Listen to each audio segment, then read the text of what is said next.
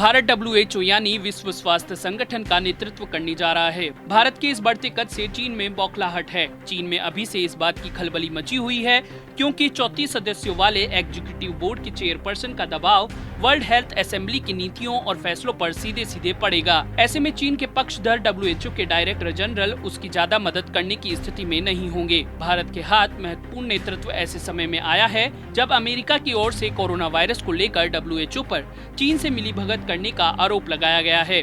ऐसे में चीन की बौखलाहट साफ तौर पर देखी जा सकती है।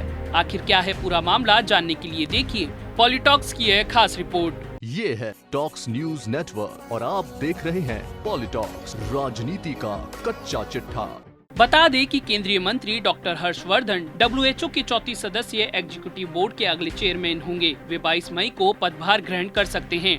डॉक्टर हर्षवर्धन जापान के डॉक्टर हिरोकी नकतानी की जगह लेंगे। यह पद हर साल बदलता रहता है। भारत के नामित को नियुक्त करने के प्रस्ताव को 19 मई को 194 देशों के विश्व स्वास्थ्य संगठन की बैठक में पारित किया गया है। इस वैश्विक मंच पर भारत की प्रतिनिधित्व के प्रस्ताव पर विश्व स्वास्थ्य असेंबली के 194 देशों ने हस्ताक्षर किए हैं। पिछले साल ही दक्षिण पूर्व एशिया ग्रुप ने यह फैसला कर लिया था कि इस बार बोर्ड चेयरमैन का चयन भारत की ओर से होगा। ऐसा पहली बार होने जा रहा है जब भारत विश्व के किसी बड़े संगठन का नेतृत्व करेगा।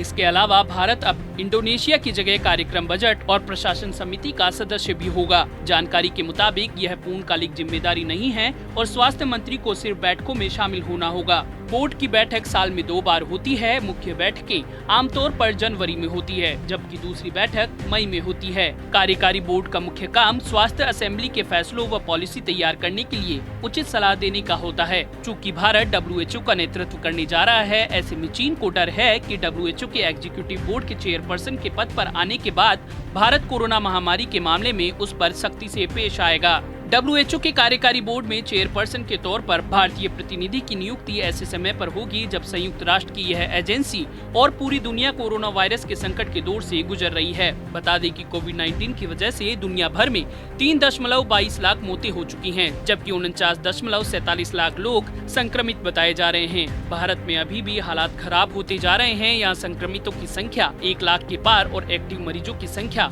21,500 से ज्यादा है। मौतों का आंकड़ा 3,000 से अधिक है और तेजी से बढ़ रहा है। भारत सहित सभी देशों की अर्थव्यवस्था को कोविड-19 से भारी नुकसान पहुंचा है। 1948 में WHO यानी विश्व स्वास्थ्य संगठन का गठन संयुक्त राष्ट्र के वैश्विक स्वास्थ्य संगठन के तौर पर हुआ था। WHO के गठन का मुख्य लक्ष्य वैश्विक स्वास्थ्य को बढ़ावा देना था। दूसरे विश्व युद्ध के बाद WHO जैसे संगठन बनाने पर जोर दिया गया था। अति संवेदनशील या कमजोर देशों को संक्रमित बीमारियों के फैलने से बचाना WHO के प्रमुख काम हैं। हैजा, पीला बुखार और प्लेग जैसी बीमारियों के खिलाफ लड़ने के लिए WHO ने अहम भूमिका निभाई है। कोविड-19 से बचाव में भी WHO अहम भूमिका निभा रहा है। वायरस की वैक्सीन पर काम चल रहा है। चूहों और अन्य जानवरों पर सफल ट्रायल हो चुका है। पॉलिटॉक्स ब्यूरो, दिल्ली। ये है टॉक्स न्यूज नेटवर्क और आप देख रहे हैं पॉलिटॉक्स, राजनीति का कच्चा चिट्ठा।